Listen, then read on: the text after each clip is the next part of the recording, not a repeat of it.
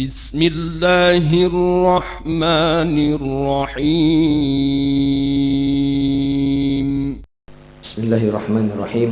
السلام عليكم ورحمة الله وبركاته. الحمد لله رب العالمين، نحمده ونستعينه ونستغفره ونعوذ بالله من شرور أنفسنا وسيئات أعمالنا. من يهده الله فلا مضل له ومن يضلل فلا هادي له، وأشهد أن لا إله إلا الله وحده لا شريك له، وأشهد أن محمدا عبده ورسوله. اللهم صل وسلم وبارك على نبينا محمد وعلى آله وصحبه أجمعين. اللهم علمنا ما ينفعنا وانفعنا بما علمتنا وزدنا علما وتوفيقا وهدى يا أرحم الراحمين. ثم ما بعد، فقال تعالى: يا أيها الذين آمنوا اتقوا الله حق تقاته ولا تموتن إلا وأنتم مسلمون. Bapak-bapak, ibu-ibu, hadirin jamaah salat subuh Masjid Al-Kautsar rahimani wa rahimakumullah.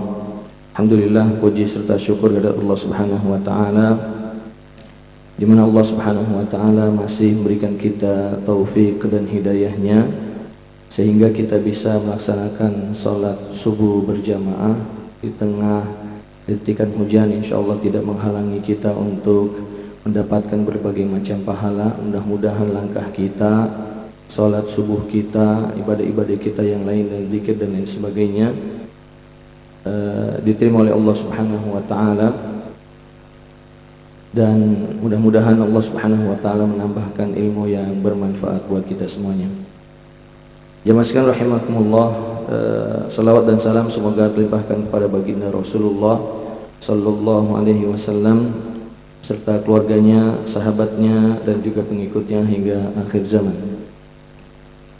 Jamaah sekalian rahimakumullah, sebelum kita mulai kajian ini, perkenankan saya mohon maaf sebelumnya ya, karena hampir dari tahun mulai Covid ya, dari mulai Covid yang biasanya saya ngisi kiai di pembahasan akidah ya, dari mulai Covid kita berhenti ya, kemudian pertengahan atau tahun kedua Covid itu saya pindah di Salemba. Kemudian di Salemba itu walaupun Covid tetap kajiannya jalan terus lah ya, sehingga mulai saya diminta untuk mengisi hari Ahad pagi ya, sehingga kemudian setelah Covid pas mulai di sini itu saya berat gitu, nggak enak gitu ya, saya nggak enak sama jamaah Namirah yang Masjid An-Namirah ya, bukan Namirah yang terkenal ya. Jadi di Bontang juga sudah ada Namirah, kelihatannya lebih duluan gitu ya daripada Namirah yang di Lamongan ya. Jadi ketika dimulai lagi kiai, ketika itu saya bilang, tuh ini gimana nih, nggak enak nih, masalahnya di sini kajian, di sana juga kajian ya. Jadi berat gitu mau meninggalkan kajian dari Ahad pagi itu ya. Alhamdulillah sih untuk kajian Ahad pagi di Namirah itu kita mulai dari tahun kedua Covid itu sampai sekarang alhamdulillah sudah masuk ayat 255 di ayat kursi ya. Lumayan Pak, satu ayat ya, dua ayat. Seperti ayat kursi kita bahas bisa 3 pertemuan. Yang sama seperti di sini, habis kajian ada ngopi atau makanannya lah, alhamdulillah ya, untuk berakraban jamaah ya. Tapi alhamdulillah untuk tahun ini saya sudah sampaikan ya kepada takmir ya, saya izin kalau misalkan 2 bulan sekali ya, karena memang ya untuk pos akidah sudah ada Ustadz Azdi ya. Tapi setelah perginya Ustadz ya, pindahnya Ustadz Sahrin Thorik ke Samarinda, ini ada yang kosong satu ini ya. Saya bilang, ini kajiannya apa nih? Ya, kalau diminta untuk sirah, ya terus terang untuk sirah ini saya atau kita insya Allah akan belajar bersama, ya. Karena saya di sekolah juga nggak ngajar sirah, ya. Di sekolah nggak ngajar sirah, kita ngajarnya fikih, ngajarnya bahasa Arab, ngajarnya ilmu faraid dan lain sebagainya, akidah. Ya. Maka untuk sirah ini ya saya ajak kita semuanya untuk kita belajar bersama. Yang mungkin yang menjadi referensi utama dari pelajaran sirah kita itu adalah kitab Ar-Rahiq Al-Makhtum. Ar-Rahiq Al-Makhtum karangan Syekh Sofir Rahman Al-Mubarakfuri, yang mana kitab ini mendapatkan Nobel, ya. Tapi Nobelnya versi Raja Faisal. Kalau Nobel itu versi mana, Pak?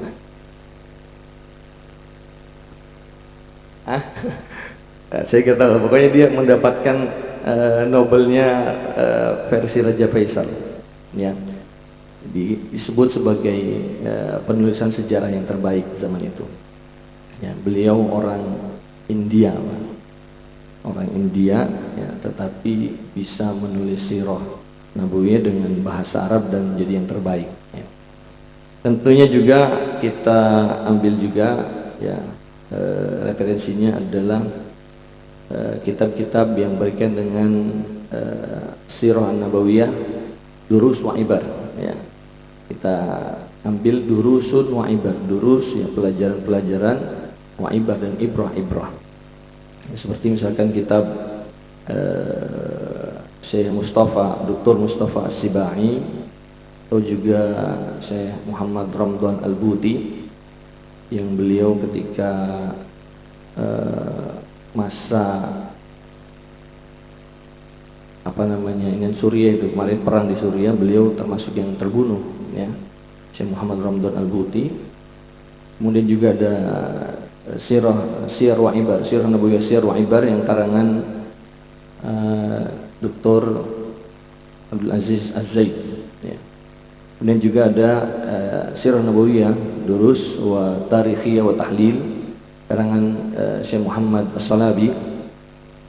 Ya, insyaallah ini semuanya akan kita ramu untuk kita pelajari semuanya, ya. Tentunya bukan semua kitab itu dalam arti kata kita akan bahas semuanya. Kita ambil yang kira-kira mudah kita pahami, ya, fil ardil waqi, dalam kenyataan kehidupan kita. Karena sesungguhnya ketika kita belajar sirah Nabawiyah, ya, belajar sirah Nabi, ya, sejarah Rasulullah Sallallahu Alaihi Wasallam, kita, ya, bukan hanya sekedar belajar sirah atau sejarah untuk konsumsi otak semata, ya.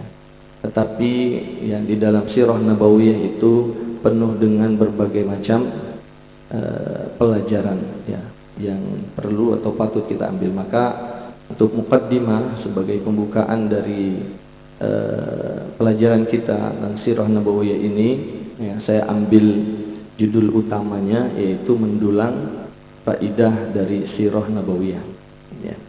Karena memang nanti dalam setiap tampilan-tampilan dalam kitab sirah Nabawiyah yang ditulis oleh para ulama kita yang sampai kepada kita, itu tentunya banyak sekali pelajaran-pelajarannya, ya. Ya, mungkin seperti kejadian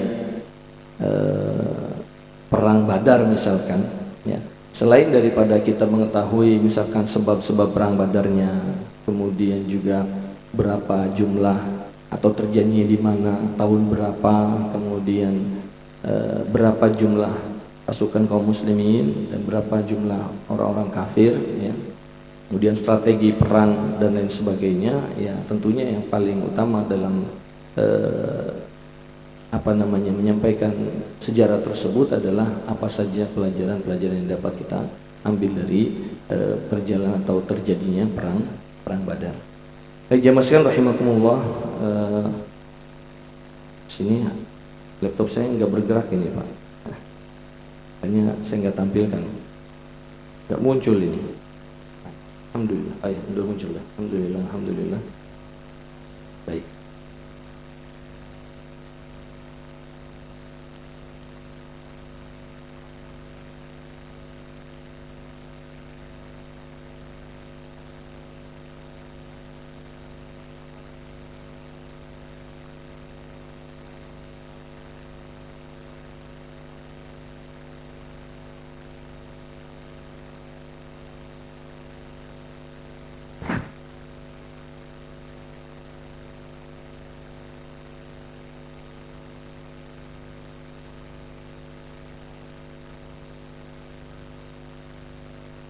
Alhamdulillah.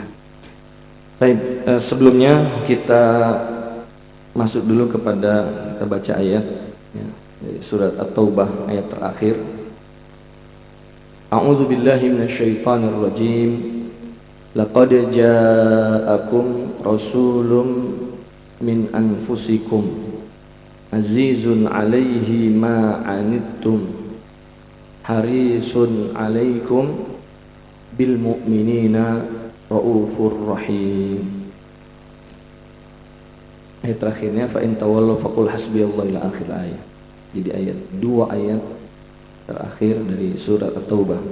Laqad ja'akum, sungguh telah datang kepada kalian rasulun, seorang rasul, seorang utusan min anfusikum, dari jenis kalian, dari kalangan kalian ya. Jadi dalam tafsirnya min anfusikum ini ditafsirkan min jinsikum ya, dari jenis kalian manusia. Artinya rasul yang Allah utus itu ya kepada manusia dari jenis manusia, bukan dari jenis jin dan bukan juga dari jenis malaikat ya. Orang kafir itu salah satu alasan mereka tidak mau beriman ya, tapi ini tentunya adalah alasan yang mengada-ngada, justru malah ini nanti sebagai mubarir ya, alasan mereka untuk kemudian tidak mengikuti syariat ya. Jadi alasan mereka kenapa mereka tidak beriman kepada Rasul, karena yang diutus manusia, yang dia ke pasar ya, yamsuna fil aswaq ya, jual beli, punya istri ya. Mereka menganggap bagaimana? Coba seandainya yang diutus itu malaikat, minta yang diutus malaikat. Nah kalau yang diutus malaikat, lebih-lebih lagi mereka ya, punya alasan untuk tidak mengikuti malaikat yang diikuti. Bagaimana bisa mengikuti malaikat ya, cuma itu alasan saja ya. Jadi ya, min rahmatillah, di antara rahmat Allah Subhanahu wa taala kepada manusia, rasul yang Allah utus ke tengah manusia itu adalah dari jenis manusia. Sehingga tidak ada alasan bagi kita untuk tidak mencontoh rasul ya, dalam semua lini kehidupan. Beliau adalah manusia ya. Qul innama ana basyarum mithlukum yuha ilayya annama ilahukum ilahu wahid. Katakan wahai Muhammad, innama ana basyarum mithlukum, hanya saja saya ini adalah manusia seperti kalian. Cuma ya bedanya diwahyukan kepada saya bahwa tidak ada Tuhan yang berhak disembah kecuali Allah Subhanahu wa taala.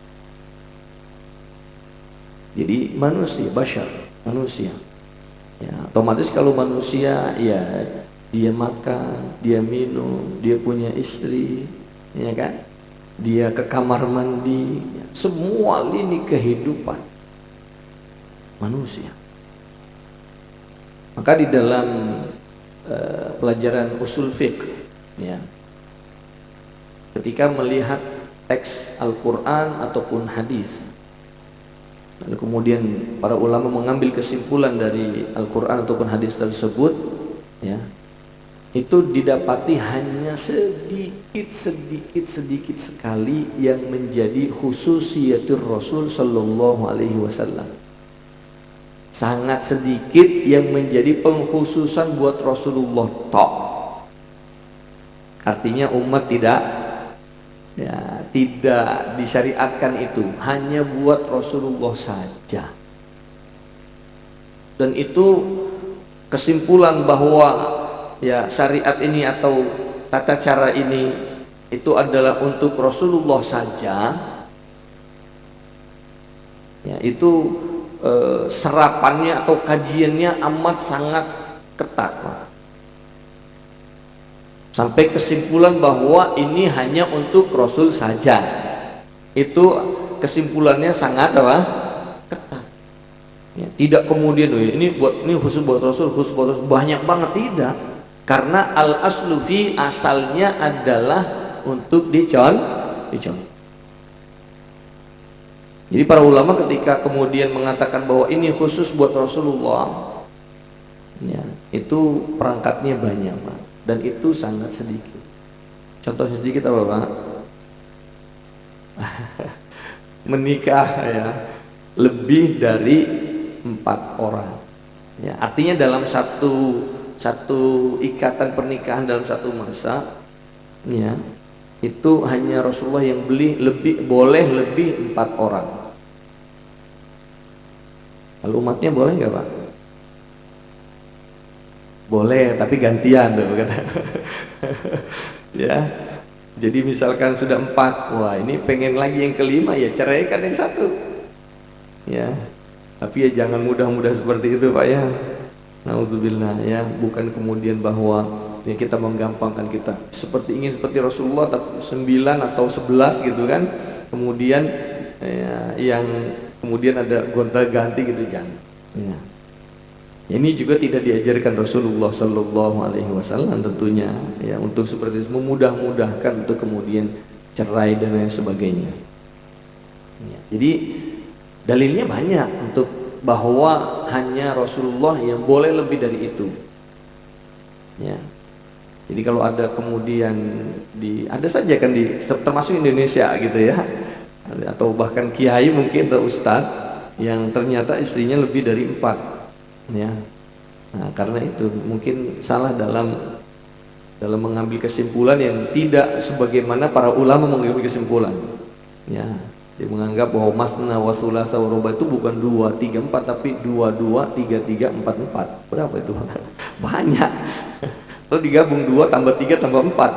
Nah, ini repot ini. Itu satu. Kemudian cuma yang satu ini kan banyak yang kemudian pengennya sih lebih dari itu gitu kan, sehingga banyak mencari alasan.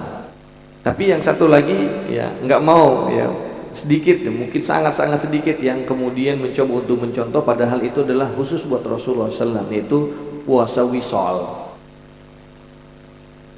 Ya Rasulullah, kami dilarang untuk puasa wisol sementara Anda puasa wisol. Kata Rasulullah, kalau saya diberikan makan sama Allah. Apa itu puasa wisol, Bang? Puasa wisol itu puasa yang misalkan kita sahur sebelum subuh, harusnya maghrib itu buka, tapi nggak buka, lanjut. Tidak buka, lanjut, terus malam puasa juga, artinya terus nggak buka, sampai besoknya juga puasa lagi. Jadi bukan puasa setiap hari di luar Ramadan tetapi dia puasa yang nyambung, harusnya buka maghrib itu buka, dia tidak buka, terus nyambung sampai hari berikutnya juga puasa lagi, besok begitu lagi. Ada yang kuat, Pak? Tapi memang kalau dalam orang tertentu yang memang dia mungkin kuat dalam hal seperti ini, dalam hal puasa, bisa jadi, Pak. Kita masing-masing nggak bisa menilai, karena misalnya kita sendiri, misalkan kita lihat dibanding yang sederhana saja, ada orang saudara kita ini di sini yang masya Allah dia puasa Daud, di tengah dia kerja di puasa Daud, dia main pada makan pada apa, tapi kita berat banget, kalau saya nggak bisa itu gitu kan. Ya, kita nggak bisa. Artinya yang bilang puasa Senin Kamis, tapi ada juga yang nggak bisa. Ya, sehingga di sana ternyata ada orang yang memang, tapi itu sangat-sangat sedikit ya. Dia juga ingin puasa wisol, tapi sudah ditegaskan sama para ulama kita bahwa puasa wisol itu hanyalah buat Rasulullah Shallallahu Alaihi Wasallam. Ya, jadi intinya ya, Rasulun min anfusikum, ya, Rasul dari jenis kalian manusia, sehingga bisa dicontoh. Nah, kemudian yang kedua ya, tafsir yang kedua min anfusikum itu ay minkum min qaum min Quraisy, ya, dari kalian, dari kaum kalian, dari ya jenis kalian, dari kaum kalian sendiri, yaitu dari bangsa Quraisy. Rasulullah Sallallahu Alaihi Wasallam ya dipilih oleh Allah Subhanahu Wa Taala, dan tidak ada nabi kecuali dipilih oleh Allah dari keluarga yang terpandang. Ya, dari keluarga yang terpandang ini sudah merupakan istifa, pilihan demi pilihan. Ya, pilihan demi pilihan. Nanti kita pada babnya akan ketemu hadis bahwa Rasulullah SAW mengatakan bahwa sesungguhnya Allah memilih dari anak Nabi Ibrahim itu Ismail, kemudian Allah pilih dari Ismail itu Adnan, terus Allah pilih dari Adnan, terus sampai kepada wastafani min bani Hashim, dan Allah memilih saya dari bani Hashim. Bani Hashim itu ya terbaik, ya kabilah terbaik dari suku Quraisy. Ya, Quraisy ini banyak kabilahnya, tetapi yang terbaik dari mereka adalah Bani Hashim. Dan di antara yang terbaik dari Bani Hashim itu Allah pilih Rasulullah Sallallahu Alaihi Wasallam. Dan Allah utus ya baik Rasulullah SAW ataupun para nabi yang lain, Allah utus itu dari orang yang terbaik, dari keluarga yang terbaik dari umatnya. Sehingga sesungguhnya dari sisi manusiawi itu tidak bisa terbantahkan bahwa dia seorang utusan dari sisi manusiawi. Karena kenapa? Karena kalau berbicara dari sisi manusiawi, dia mau jadi rasul, kalau misalnya supaya dia diangkat sebagai orang terpandang, dia memang sudah terpandang. Ya. Jadi kalau dia ngaku-ngaku sebagai rasul supaya menjadi orang terpandang, loh. Dia sebelum menjadi rasul memang sudah terpandang. Ya. Coba kita lihat nanti dalam sejarah itu kan ketika terjadi banjir besar di Mekah, ya. Kemudian Ka'bah itu sebagian dindingnya rusak, yang seharusnya membuat mereka kemudian harus membangun kembali yang Ka'bah tersebut, dan ternyata Hajar Aswadnya ya kemudian lepas dari tempatnya. Nah, mereka untuk meletakkan Hajar Aswad itu sampai kemudian mereka ya hampir saja berperang gara-gara siapa yang berhak meletakkan Hajar Aswad di tempatnya. Kemudian ada orang yang bijak yang kemudian apa? Ya mengusulkan, ya kita lihat nanti siapa yang pertama kali masuk masjid ini dari pintu Bani Syaibah. Ternyata yang muncul siapa? Rasulullah nggak tahu. Ya kali udah diberitahu deh kong kali sebelumnya nggak ada cerita begitu. Ya Rasulullah datang baru kemudian semuanya hadza huwal amin. Yang datang ternyata al-amin, orang yang sangat aman, yang terpercaya. Radina bihukmihi, kami ridho dengan keputusannya. Itu dari awal, Pak. Sebelum Rasulullah SAW diutus itu. Kejadian itu sebelum Rasulullah SAW diutus, dan mereka memang sudah memberikan gelar ini al-amin kepada Rasulullah Sallallahu Alaihi Wasallam. Jadi ya dari sisi mana ya dia kemudian harus ditolak ya, ketika dia mengatakan bahwa inni Rasulullah ilaikum, aku adalah Rasul yang Allah utus ke tengah-tengah kalian.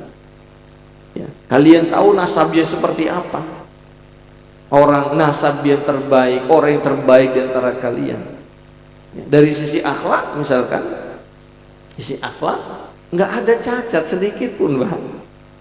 Dari sisi akhlak nggak ada cacat sedikit pun. Ya, ya. Kalau ustadz banyak cacatnya, Pak. Ya, banyak aibnya. Ya, kalau misalkan kita tahu, ya antum tahu mungkin, wah ngapain ngaji sama si Anu itu, ya orangnya begini dan begitu gitu ya. Ya kan, cuman karena Allah Subhanahu Wa Taala tutup saja gitu, sehingga nggak ada yang tahu gitu kan, sehingga kita mau. Tapi Rasulullah SAW tidak begitu, akhlak yang begitu mulia. Ya, kadang dalam masalah ini kan, kadang kita juga ya apa namanya, subhanallah, kita kadang di jalan, ya kan, jalan naik mobil, siapa nih pas keluar, wih Ustaz ini, ugal-ugalan juga dia. Ya. Aduh, ini kan repot, Pak ya. Dia memang tidak ada jalan, gara-gara saya nggak mau ngaji sama Ustaz itu, ugal-ugalan di jalan. Ya repot ya. Jadi memang ya subhanallah, kita ya Rasulullah SAW min anfusikum, dari jenis kalian tahu bagaimana adabnya, bagaimana akhlaknya, orang yang terbaik di antara kalian. Begitu para nabi yang lain, ya. Maka kaumnya Nabi Saleh atau Nabi Syuaib, walaula Nabi Syuaib, walaula rahtuka la rajamnaka wa ma anta alaina bi aziz. Kalau bukan keturunanmu, ya, wah sudah kami lempari kamu dengan batu. Ya, jadi mereka itu menolak risalah, menolak ajaran para nabi dan rasul itu bukan dari sisi pribadi. Ya, karena dari sisi pribadi sudah selesai, mereka adalah orang yang terbaik, dari keturunan yang terbaik, tidak ada satupun sedikit pun cacat dari keturunan mereka. Ya. Jadi mereka menolak itu karena ajaran yang dibawa. Kalau la rohtu kalau rojamna, kalau bukan karena keturunan kamu, kami akan lempari kamu dengan batu. Ya. Hanya seperti pemimpin-pemimpin, ya, siapapun pemimpin mesti akan dicek, ya kan, bagaimana dari keturunan siapa, ya kan, harusnya begitu, Pak. Ya, orang yang secara umum manusiawi itu, orang yang mau dijadikan pemimpin itu harus ketahuan siapa, ya kan, siapa dia, siapa keluarganya, ya, bagaimana kehidupannya selama ini, ya. Kalau misalkan kita mengikuti berita Suriah misalkan, ya, Suriah, Pak, kan itu berapa kali mengadakan penggalangan dana di sini, Pak. Maka dia berapa bulan yang lalu, masya Allah, ya, Desember, ya, awal Desember kemarin, akhir dari 2024, Allah berikan kebebasan, kemerdekaan buat mereka. Kok merdeka dari penjajahan, dari penjajahan Bashar Assad gitu. Ya kan?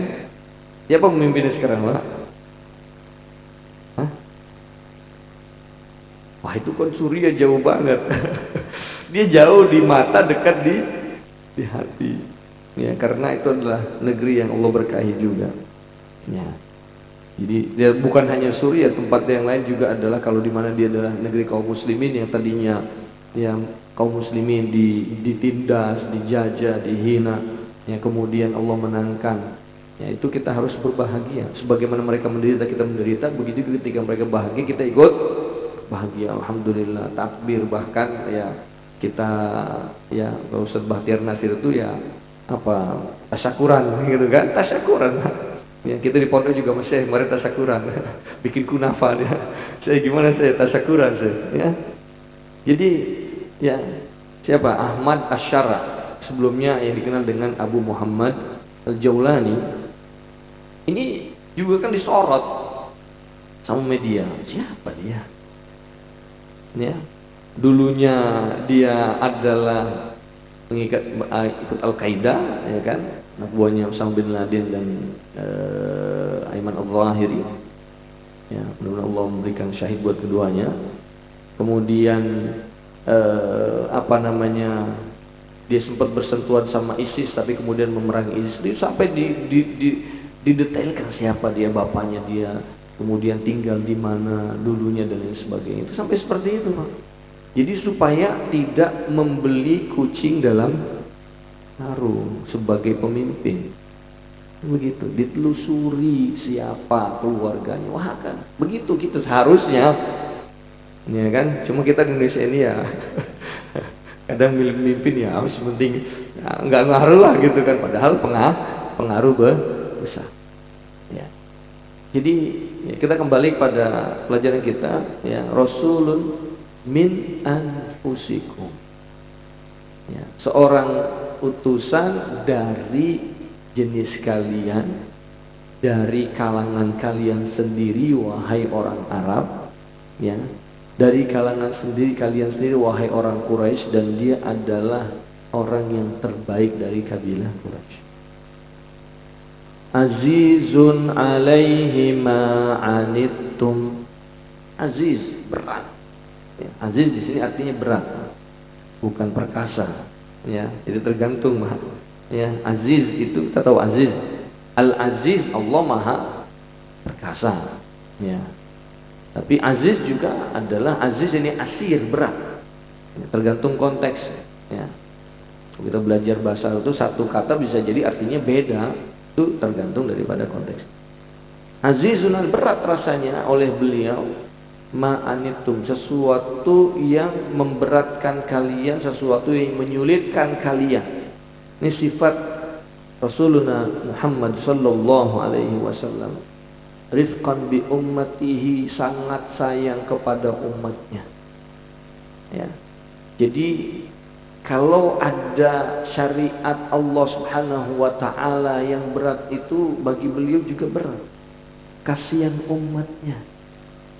Maka dalam satu riwayat disebutkan oleh Bunda Aisyah, tidaklah dipilihkan buat Rasulullah, ya, Rasulullah diminta untuk memilih, ya, oleh Allah Subhanahu wa taala, melainkan beliau akan memilih aisaruhuma, yang lebih mudah.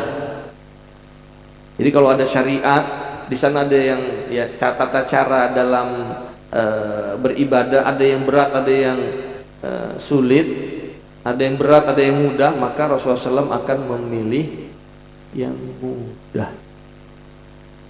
Ya, illa ikhtara aisaruhuma, kecuali beliau akan memilih yang paling mudah. Makanya kata Rasulullah SAW dalam hadisnya, inna hadzal din yusrun, sesungguhnya agama ini adalah mudah. Wala yushaddad din illa ghalabahu, tidak ada yang mempersulit diri dalam agama ini kecuali dia akan dikalahkan. Ya, bu'istu bil hanafiyyati samhah, atau kama qala Rasulullah SAW, ya, aku diutus oleh Allah dengan membawa agama yang lurus, yang mudah. Jadi agama ini adalah mudah. Itu sifat Rasulullah SAW. Allah sebutkan azizun alaihi ma anittum.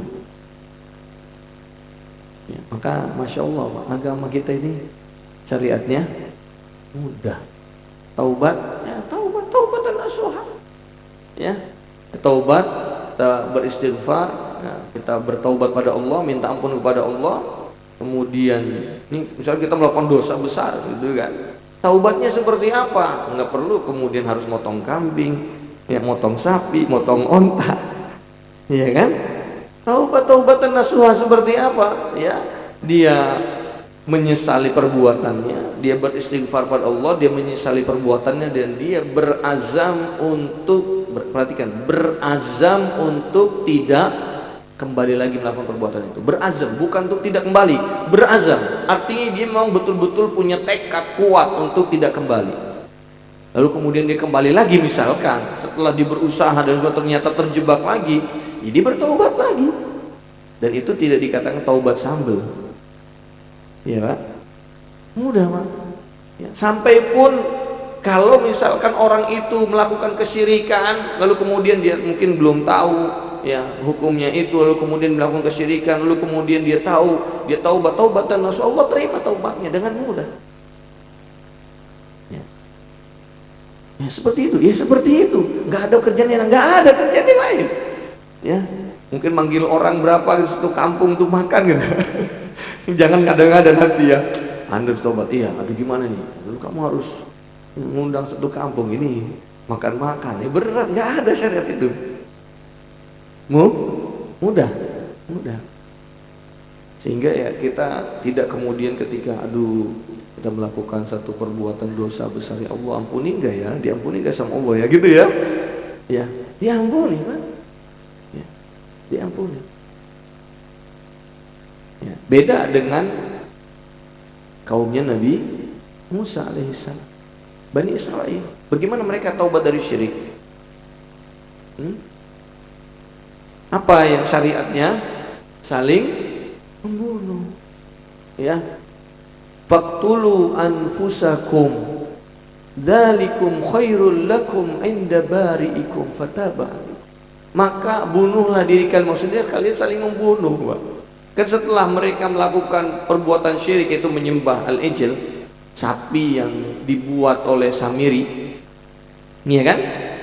Ya, Nabi Musa datang, wah gimana aku menyembah sapi? Ya. Lalu taubat dari perbuatan syirik gimana? Allah perintahkan untuk saling berperang di antara mereka. Nanti yang terbunuh Allah terima taubatnya, yang membunuh juga Allah terima taubatnya. Nah, mau begitu Pak? Taubat dari kesyirikan? Tidak. Alhamdulillah Allah Subhanahu wa taala ya mengutus Rasulullah sallallahu alaihi wasallam dan menurunkan syariatnya dengan syariat yang begitu mudah. Mudah bukan dimudah-mudahkan ya Pak. Ya, mudah bukan dimudah-mudahkan. Mudah itu artinya secara semuanya syariat itu mudah.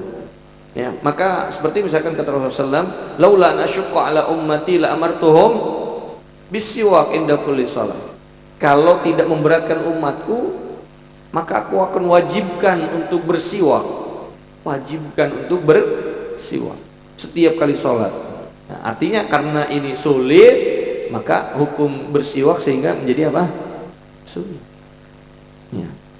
Dan ya mudah itu ya tadi saya bilang bahwa tidak dimudah-mudahkan, artinya bukan kemudian kita ayo kalau gitu kita nanti cari yang mudah-mudah saja lah. Ya. Cari yang mudah-mudah saja misalkan ya, pernah terjadi ini talfik yang kalau dalam fikih itu talfik yang haram yang nggak boleh menggabungkan semua pendapat mazhab kemudian dalam rangka mengikuti hawa nafsunya. Mana pernah terjadi dulu di Indonesia ini, bukan di negara yang lain tapi di Indonesia, ada seorang ustadz yang kemudian dia itu menikahi muridnya tanpa wali, tanpa saksi, ya, tanpa mahar. Enak kan Pak? Jadi kamar hotel bilang sama muridnya, kamu saya nikahkan. Enggak ada siapa-siapa di situ. Ya, enggak ada bapaknya, enggak ada walinya, dan enggak ada saksi. Ya kan? Bagaimana nih Pak Ustadz? Ya, ya sah. Karena dalam mazhab Hanafi nggak pakai wali nggak apa-apa. Dalam mazhab Hanafi nggak pakai wali nggak apa-apa. Bukan rukun nikah dalam mazhab Hanafi wali itu, tapi dikuatkan saksi. Tapi dalam mazhab yang lain nggak pakai saksi nggak apa-apa. Ya, dalam mazhab Maliki misalkan nggak pakai saksi nggak apa-apa. Ya, nggak pakai mahar nggak apa-apa juga karena ada namanya nikah tafwid. Jadi semuanya lengkap kan. Jadi ambil dari sini nggak apa-apa, jadi semua terkumpul sehingga kemudian jadi nikah. Nah, ini zina lah namanya. Ya. Nah, ini namanya memudahkan. Makanya ulama menyebutkan man tatabba rukhas, barang siapa yang mencari-cari rukhsah keringanan-keringanan seperti ini modelnya, ya faqad tazandaqa, maka dia ya melakukan perbuatan zindik itu ya intinya munafik, naudzubillah min dzalika. Ya, ini namanya memudah-mudahkan. Ya, agama itu mudah tapi bukan gampang-gampang. Ya, kita melaksanakan syariat sebagaimana yang disyariatkan Allah Subhanahu wa taala. Azizun alaihi ma anittum, harisun alaikum. Dan Rasulullah SAW adalah orang yang harisun, amat sangat rakus, amat sangat ingin sekali kalau semua kalian itu beriman. Ya. Hirs itu rakus Pak. Orang rakus gimana Pak? Ya rakus ya, bahasa rakus kok kelihatannya nggak sopan rakus itu ya. Ya, tetapi memang untuk membahasakan, kita bahasa Indonesia untuk membahasakan bahwa sangat-sangat ingin bahwa semuanya ini beriman itu Yang bahasanya pasti rakus gitu. Tapi rakus dalam kebaikan. Ya, sebagaimana wasiat Ali radhiyallahu anhu untuk para penuntut ilmu, salah satu cara mendapatkan ilmu harus rakus, Pak. Nggak boleh qanaah. Lawan hirs itu adalah qanaah. Qanaah itu ya udahlah cukup lah. Saya udah belajar segini aja lah, nggak usah banyak-banyak. Terberat lagi. Nah, ini namanya qanaah, Pak. Nggak boleh, Pak. Ya. Ya, yang namanya menuntut ilmu harus rakus. Ya, terus udah tahuin terus belajar dan belajar rakus. Wah, kata Rasulullah SAW, ya, sangat ingin sekali bahwa semua manusia itu beriman.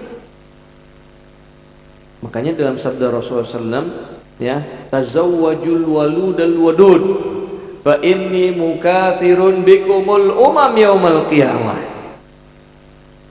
Ya, nikahilah wanita yang ya potensi banyak anak, ya, dan dia adalah punya kasih sayang. Fa inni mukatsirun bikumul umam yaumal qiyamah. Aku ya nanti akan berbangga dengan para nabi dengan banyaknya pengikut.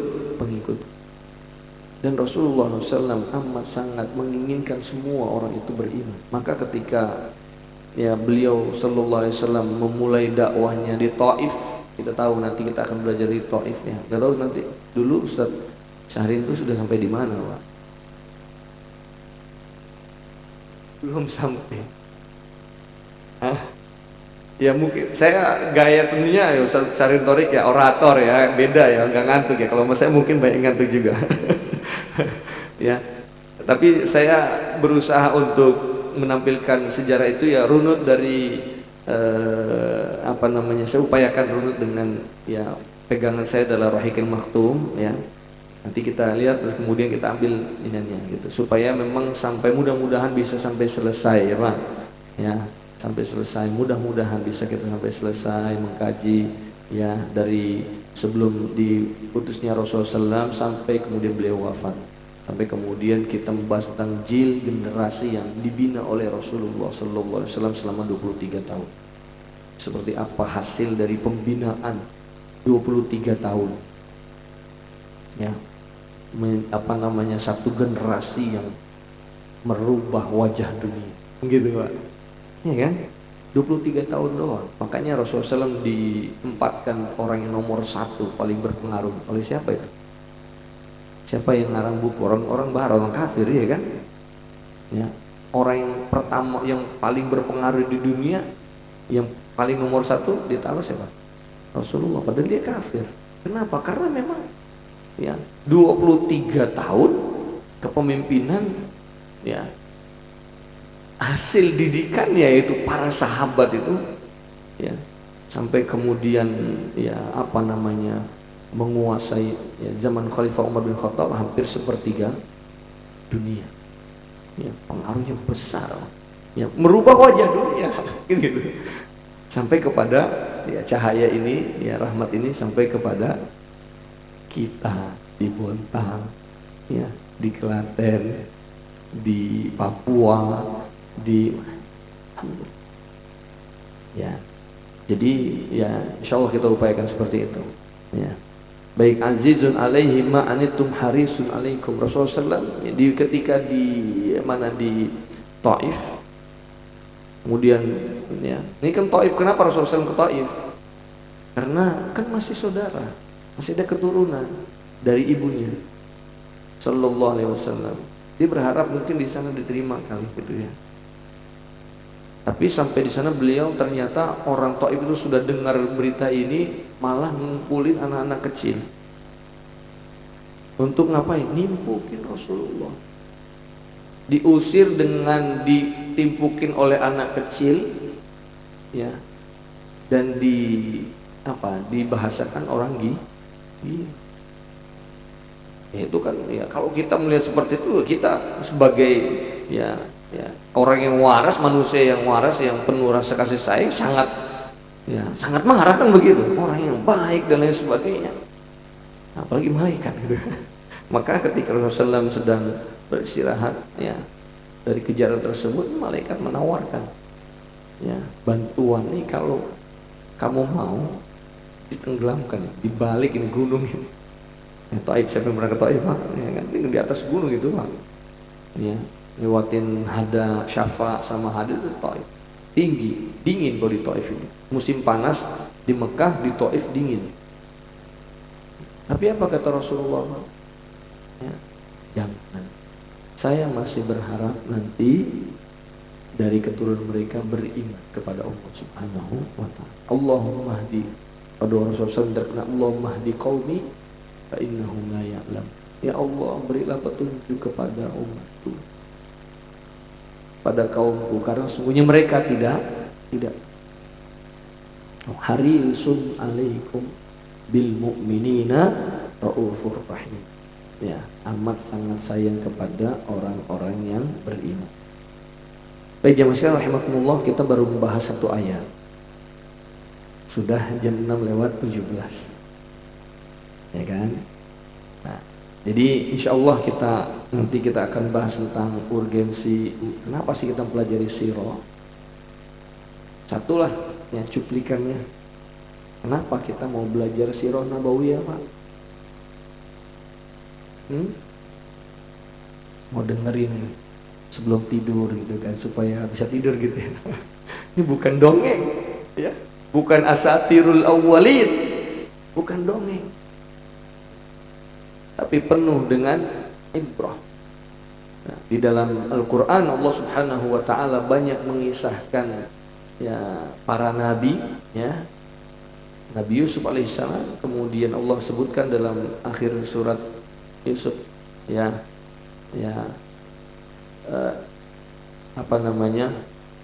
laqad kana fi qasasihim ibratun liulil albab. Sungguh pada kisah-kisah mereka itu ada pelajaran, dan banyak sekali pelajaran, apalagi kisah Rasulullah Sallallahu Alaihi Wasallam. Maka ya, kalau di sini saya sebutkan ya, saya ambil dari beberapa buku. Yang paling utama dalam kita mempelajari sirah Nabi Muhammad Sallallahu Alaihi Wasallam itu adalah menumbuhkan dan memupuk kecintaan kita dan keimanan kita kepada Rasulullah Sallallahu Alaihi Wasallam. Itu yang paling utama, iman ya. Jadi maksudnya apa? Iman, kita udah punya iman ya kan? Alhamdulillah ya, ini bukannya kemudian tazkiyah nafs, bukan ya. Alhamdulillah, mimbab kita dari sisi kita bersyukur pada Allah Subhanahu wa ta'ala kita mempunyai iman. Tapi maksudnya terus, karena iman itu kan yazid wa yanqus, kita pupuk, kita tambahkan iman itu dengan kita mempelajari sirah Nabi SAW. Orang kafir saja dengan membaca sirah Nabi masuk Islam, Pak. Yang terbaru saya lihat di Facebook itu, ada orang masuk Islam gara-gara satu saja kisah Nabi yang dia baca di Sahih Bukhari. Ini Pak, makanya saya baca juga di kitab saya Abdul Karim Az-Zaid ini, seandainya ya sirah ini menjadi satu saja mukjizat, maka cukup sebagai mukjizat. Ya.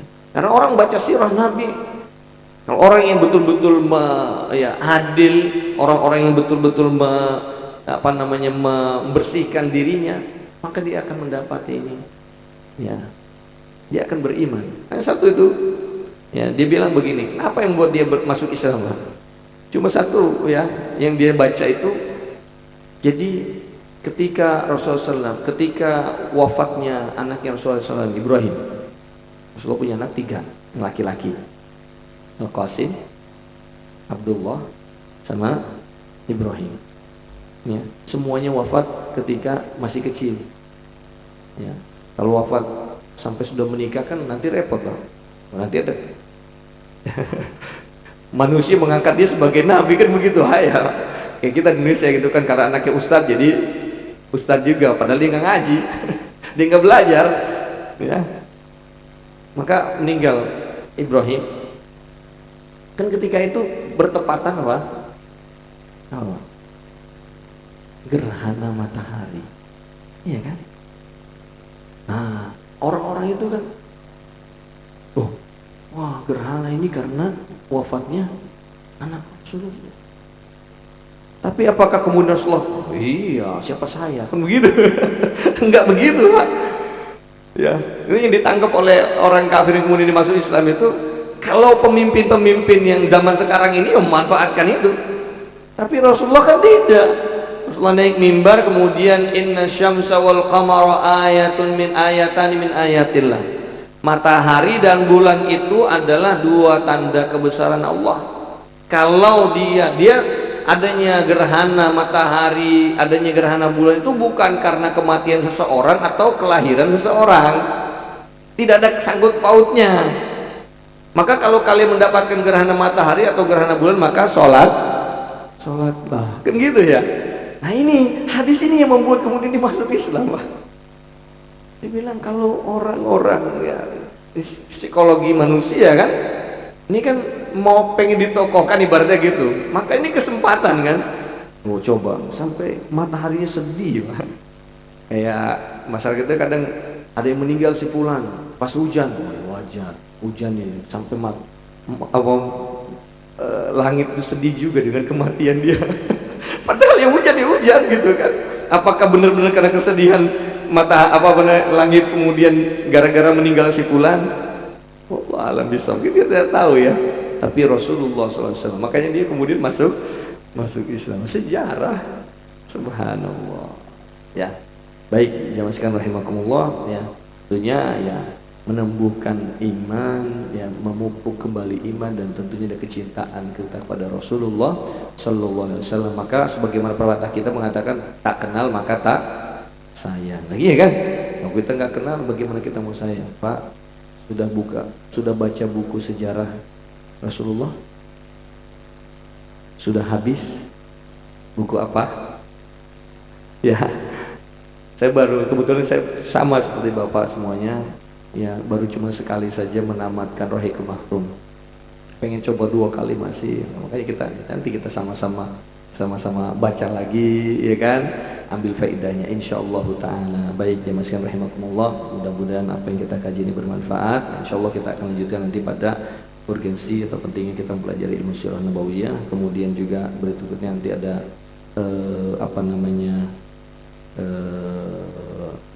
tentang keistimewaan ya sejarah Nabi Sallallahu.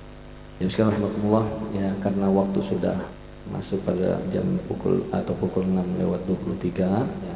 Saya mohon maaf kalau ada kata yang kurang berkenan dari diri saya. Kalau ada kebenaran tentunya dari Allah Subhanahu wa taala, ada kesalahan tentunya dari saya dan Allah dan Rasul yang berlepas dari itu semuanya. Ada wasallallahu ala nabiyina Muhammadin wa ala alihi washabihi ajmain. Saya kembalikan kepada pengacara. Assalamualaikum warahmatullahi wabarakatuh. Waalaikumsalam warahmatullahi wabarakatuh. Jazakallah khair. Barangkali ada yang ingin bertanya terkait dengan apa yang telah disampaikan. Baru pembukaan ini tadi Ustaz ya. Sudah panjang, tapi alhamdulillah tentunya banyak hikmah yang tadi kita petik ya dari yang disampaikan oleh Ustaz Abdul Ghafir.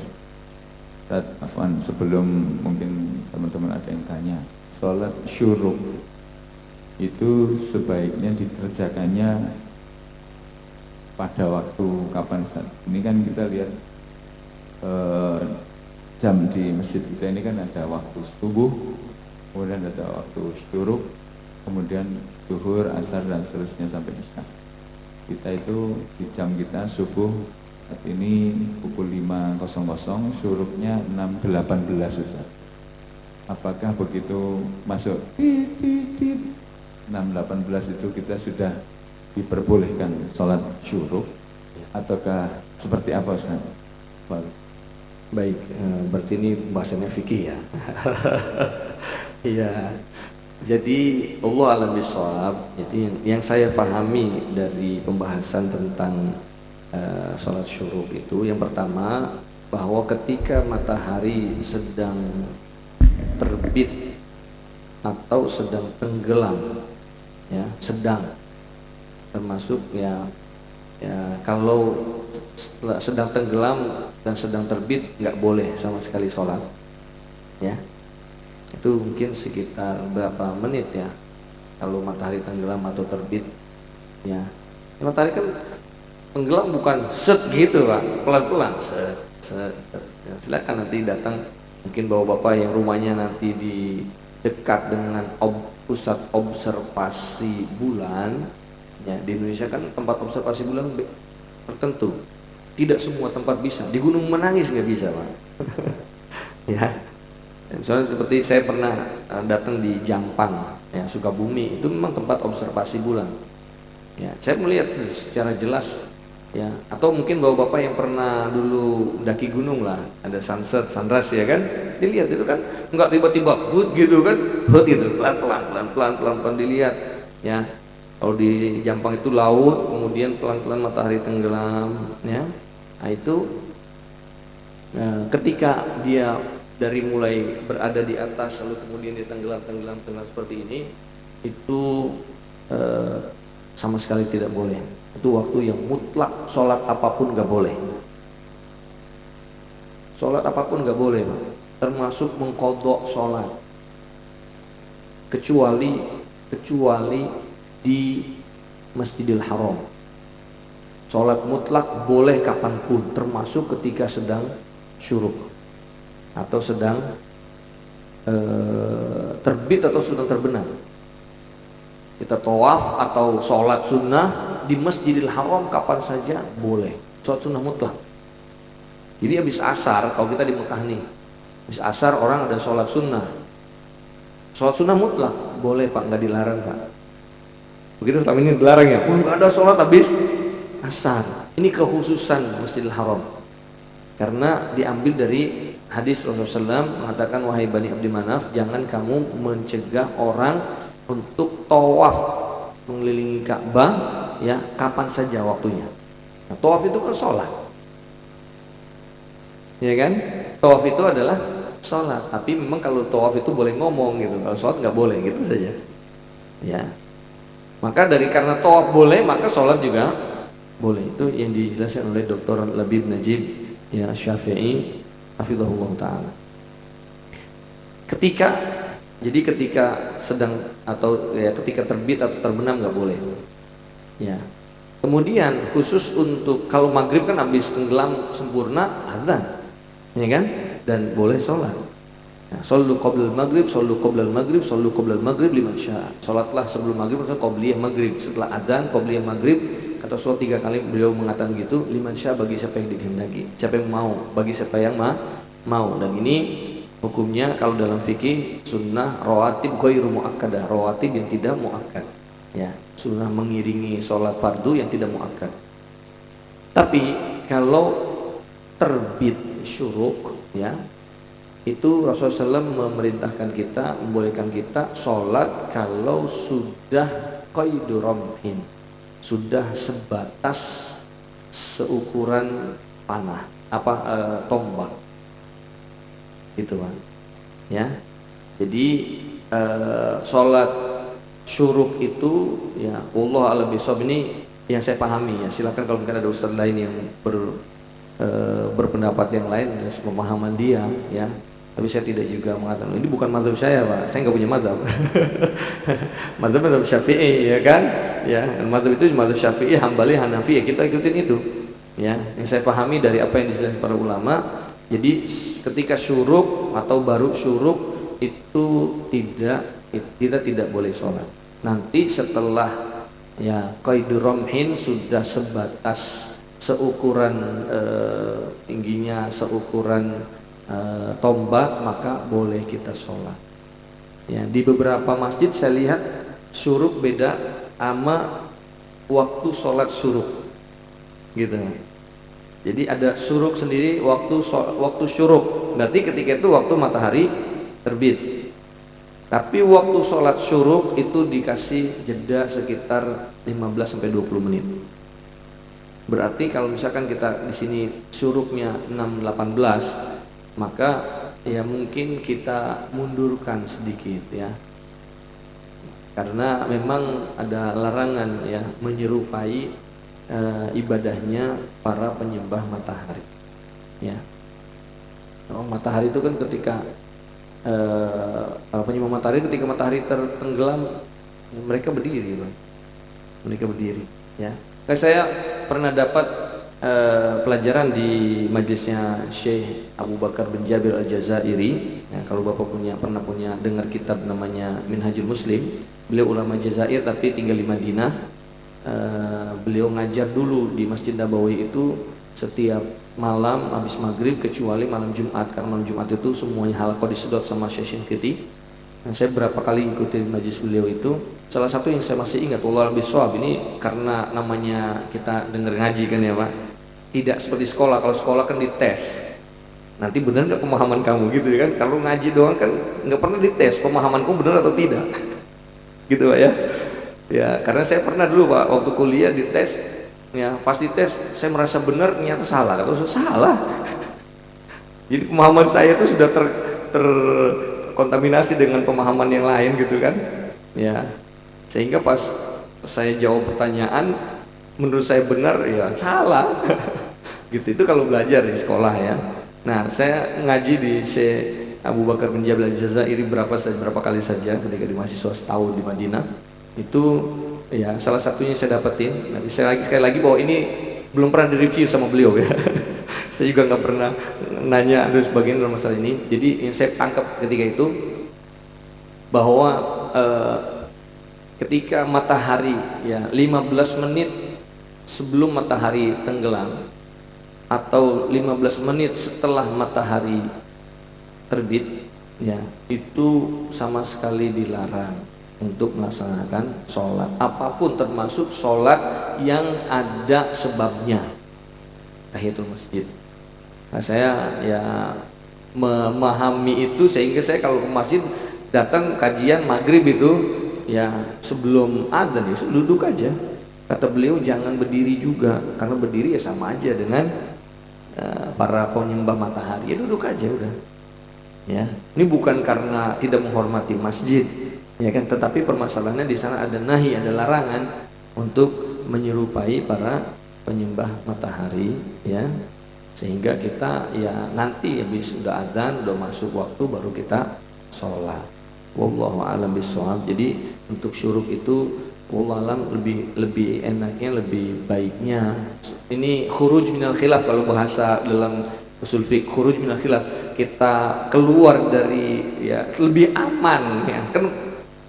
15 menit baru muncul, baru syuruk ya, itu terjadi perbedaan pendapat ya kan, boleh sholat atau tidak ya kan. Tapi kalau udah 15 menit 20 menit itu nggak ada yang mengatakan nggak boleh, semuanya mengatakan boleh, maka itu lebih aman.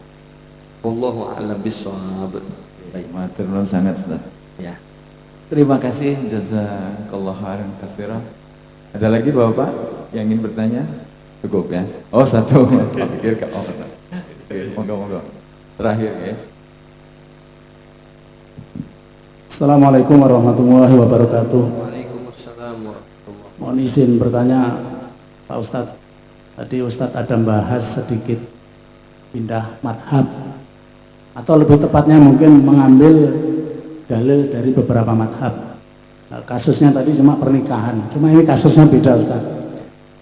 Kami adalah pekerja shift yang mana Jumatannya itu kadang kita tidak ada kesempatan karena kita harus shift pagi. Kemudian dari beberapa kami itu mengambil inisiatif untuk sholat Jumat. Sementara sholat Jumat di plan maksud saya. Sementara kalau kita mengambil referensi dari madhab Syafi'i kan harus 40 minimal. Kemudian saya pernah dengar, mohon dikoreksi nanti kalau salah, ada satu madhab yang membolehkan minimum 6 orang ya untuk bisa sholat jamaah, sholat Jumat maksud kami. Nah, seberapa boleh kita berpindah madhab atau mengambil dari madhab satu ke madhab yang satunya lagi? Mungkin itu aja Ustaz. Ya. Assalamualaikum warahmatullahi wabarakatuh. Waalaikumsalam warahmatullahi wabarakatuh. Baik, jadi kaitan dengan jumlah ya sholat Jumat ya, itu memang ulama berbeda pendapat ya. Apakah harus jumlah sekian atau tidak, karena dalilnya itu ketika sahabat bercerita tentang kewajiban sholat Jumat diwajibkan ketika Rasulullah ada di daerah sini. Kemudian ada yang bertanya, berapa jumlah kalian ketika itu? Jumlah kami ketika itu 40 orang. Ya, sehingga dalam mazhab Syafi'iyah ya minimal 40 orang. Tapi sebenarnya ada yang ketat lagi dalam mazhab Syafi'iyah, 40 orang yang paham terhadap agama. Ya, enggak sholat jamaah Jumat. Maka ada sebagian itu yang ini ini ekstrim namanya. Ada sebagian di beberapa daerah di Banten setahu saya, mungkin di tempat lain wallah lebih sobat atau tidak, itu habis sholat Jumat dia sholat zuhur lagi. Ya, di Jawa Timur ada.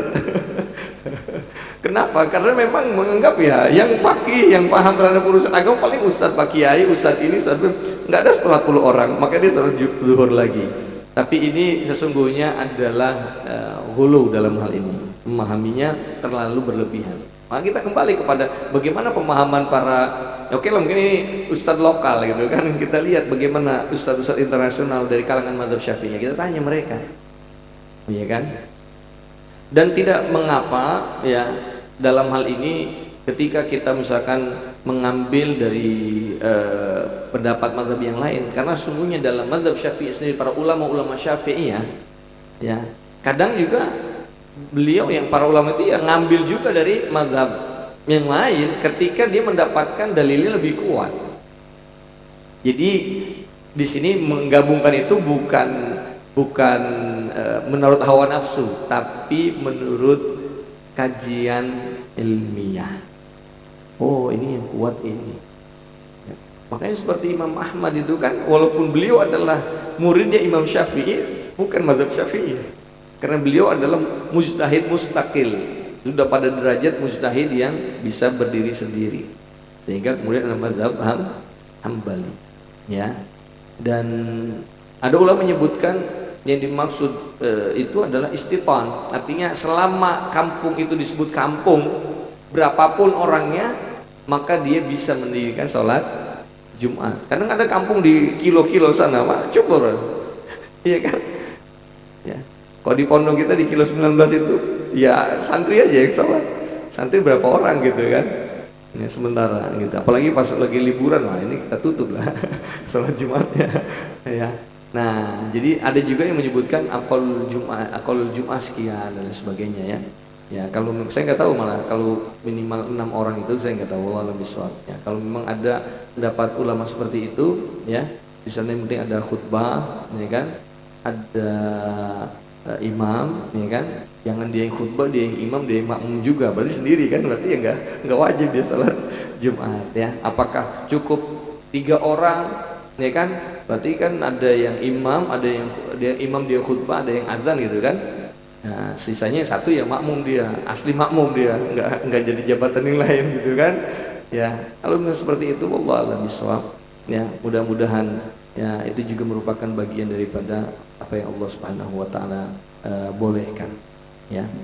Gitu, Pak, ya. Jadi saya tidak bisa mengatakan iya atau tidak ya. Tapi memang ya kadang kita kan merasa juga ya, ini saya kan bukan musafir. Ya Pak ya, beda kalau kita musafir ya. Musafir memang tidak diwajibkan sholat, walaupun kita juga dalam kondisi safar pun kita merasa, aduh kita nggak enak kalau nggak sholat gitu kan, sholat Jumat loh ya. Nih, apalagi nggak musafir, apalagi kemudian kerja, ya kan, karena merasa bersalah, ya Allah, masa saya harus harus menggadaikan akhirat saya untuk urusan dunia, gitu Pak. Nah, ini pikirnya sudah ada pikir lagi sebenarnya dalam masalah ini, ya kan, seperti misalkan orang kayak kan kita lihat lah di sholat jamaah sendiri di Masjidil Haram atau apa, atau di masjid manapun yang masih ya imam itu perlu dikawal. Kita lihat imamnya sholat, dia sendiri 2 orang tuh nggak sholat kan, orang di Masjidil Haram nggak sholat, gimana cerita ya? Enggak, dia tugasnya memang menjaga, dia sholat nanti ya. Itu pahalanya beda ya? Enggak, dia punya pahala juga sama, karena sesungguhnya dia menjalankan tugas. Karena ada seorang Pak kemarin itu ya, dia kata dia itu dulu security di PT Badak, dia keluar gara-gara karena dalam satu bulan itu mesti nggak sholat Jumat ya. Saya keluar aja dah. Cuman saya mau nasihati dia, gimana ya, masalahnya kalau ditinggal itu Pak, gimana Pak? Boleh Pak? Nggak boleh Pak. Ya, maka di situ ya kita bisa apa namanya pahami fikih itu kan, di situ kan. Bukan kemudian ini Anda meninggalkan ini darurat. Iya kan? Bukan karena cinta dunia, bukan. Ini memang sudah, dan Anda melakukan ini adalah karena kewajiban Allah Subhanahu wa taala untuk menafkahi keluarga, kan begitu Pak? Itu wajib. Ya, tidak adalah ta'arud bainal wajibat, tidak ada pertentangan antara wajib satu dengan wajib yang lain. Sekarang kalau begitu kita ambil security, kalau pas Jumat itu orang Nasrani semua, yang nggak bisa juga kan? Mungkin sini ada ketua security-nya, misalnya begitu nggak bisa. Maka ya wahakala Allah alam bisawab ya. Kalau memang sudah diputuskan ternyata bapak berdua atau bertiga tidak sholat Jumat sehingga teman-teman yang baru datang lagi baru bisa, ya silahkan saja. Mudah-mudahan fattaqullaha mastata'tum, bertakwa pada Allah semampu kita. Wallahu ta'ala alam bisawab. Hadza wa sallallahu ala nabiyina Muhammadin wa ala alihi washabihi ajmain. Subhanakallahumma bihamdika asyhadu an la ilaha illa anta astaghfiruka wa atubu ilaik. Assalamualaikum warahmatullahi wabarakatuh. Waalaikumsalam.